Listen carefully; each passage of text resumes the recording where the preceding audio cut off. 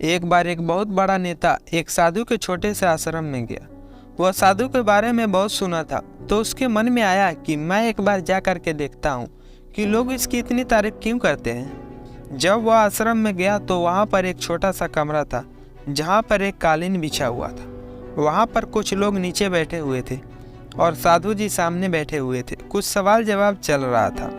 वो नेता उस आश्रम में आया और उस नेता के साथ में 4 बॉडीगार्ड भी थे और उसकी यह आदत थी कि जहाँ पर भी वो जाता था लोग अपनी जगह से खड़े हो जाते थे और उसकी तरफ देखते थे, हाथ जोड़ते थे और सर झुकाते थे। लेकिन यहाँ पर ऐसा कुछ भी नहीं हुआ। साधु व्यस्त होने के कारण उसकी तरफ देखा तक नहीं। तभी नेता को लगा कि ये मेरी बेइज्जती है और वो इस बात से गुस्सा हो गया।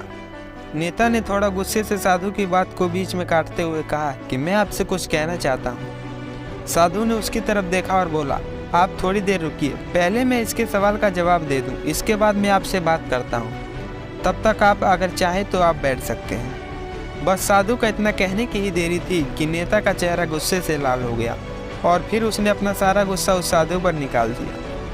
अब तक वो नेता बहुत तमीज़ से आप करके बात कर रहा था, लेकिन अब वो तू तड़ाक पर उतर गया। नेता ने उस साधु को कहा, तुझे पता भी है मैं कौन हूँ और तू किससे बात कर रहा है? साधु ने उसकी तरफ देखा और कहा, मुझे इससे कोई फ़र्क नहीं पड़ता कि आप कौन हैं, लेकिन आप जो भी हैं, अगर आप चाहते हैं कि मैं आपके सवाल का जवाब दूं या आपसे बात करूं, तो आपको कुछ देर रुकना होगा। और साधु के यह कहते ही नेता गुस्से से पागल हो गया और वहीं सबके सामने चीखने चिल्लाने लग गया, अब मैं तुझे तेरी असली औकात दिखाऊंगा। तूने मुझसे पंगा लेकर के ठीक नहीं किया, तुझे पता भी है मैं तेरे बारे में क्या सोचता हूँ। साधु ने फिर से नेता की तरफ देखा और बड़े ही प्रेम से कहा कि मुझे इससे कोई फ़र्क नहीं पड़ता कि आप मेरे बारे में क्या सोचते हैं, आप जो चाहे वो मेरे बारे में सोच सकते हैं। फिर नेता ने उससे कहा कि तू चाहे सुनना चाहता है या नहीं, लेकिन मैं तुझे यही सबके सामने बताऊंगा कि मैं तेरे बारे में क्या सोचता हूँ। तू कोई साधु नहीं है, तू एक बहुत ही घटिया इंसान है, तू एक ढोंगी है, पाखंडी है और यहाँ पर जितने भी लोग बैठे हैं उन सबको बेवकूफ़ बना रहा है। तेरा बस एक ही मकसद है, इन लोगों की जेब में जितना भी पैसा है वो सब तेरे पास में आ जाए। तू अपने फ़ायदे के लिए इन लोगों का इस्तेमाल कर रहा है और अब मैं तुझे नहीं छोड़ने वाला हूँ। पूरी दुनिया के सामने मैं तेरा पर्दाफाश करके रहूँगा। लेकिन उसके इतना बोलने के बाद भी हल्की सी मुस्कान उस साधु के चेहरे पर बनी ही रही। ये देखकर वो और भी तिल मिला गया और उसने कहा, अब बहुत हो गया, मैं यहाँ 1 मिनट भी नहीं रुकने वाला, लेकिन अब भी तेरे पास मौका है। अगर मुझसे माफ़ी मांगनी है या मुझसे कुछ कहना है तो कह सकते हो। इतना सब होने के बाद भी साधु के चेहरे पर एक मुस्कान थी और वो बिल्कुल भी शांत था।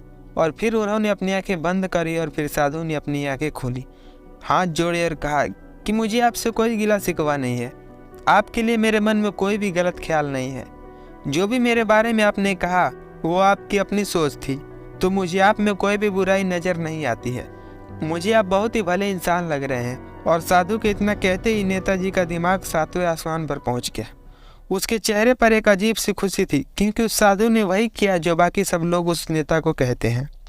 और वो खुशी खुशी उस आश्रम से अपने घर की तरफ चल गया और जा कर के अपने पिताजी के साथ में बैठ गया। उसके पिताजी ध्यान में थे। उन्होंने पूरी ज़िंदगी सिर्फ लोगों की सेवा करी और बदले में कुछ भी उम्मीद नहीं किया। तो थोड़ी देर बाद जब उन्होंने अपनी आंखें खोली अपने बेटे को अपने साथ बैठे हुए, तो उन्होंने बेटे के चेहरे पर आज एक अजीब सी खुशी देखी जो आज से पहले उन्होंने कभी नहीं देखी थी।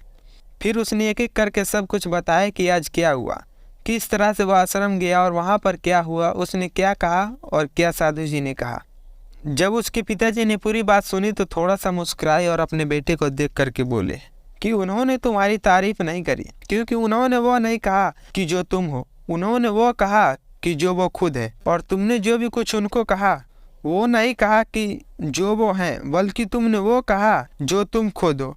यही बात वेदों में भी कही गई है, यथा दृष्टि तथा सृष्टि। ये दुनिया तुम्हें वैसी नहीं दिखती जैसी ये दुनिया है, ये दुनिया वैसी दिखती है तुम्हें जैसे तुम खुद हो।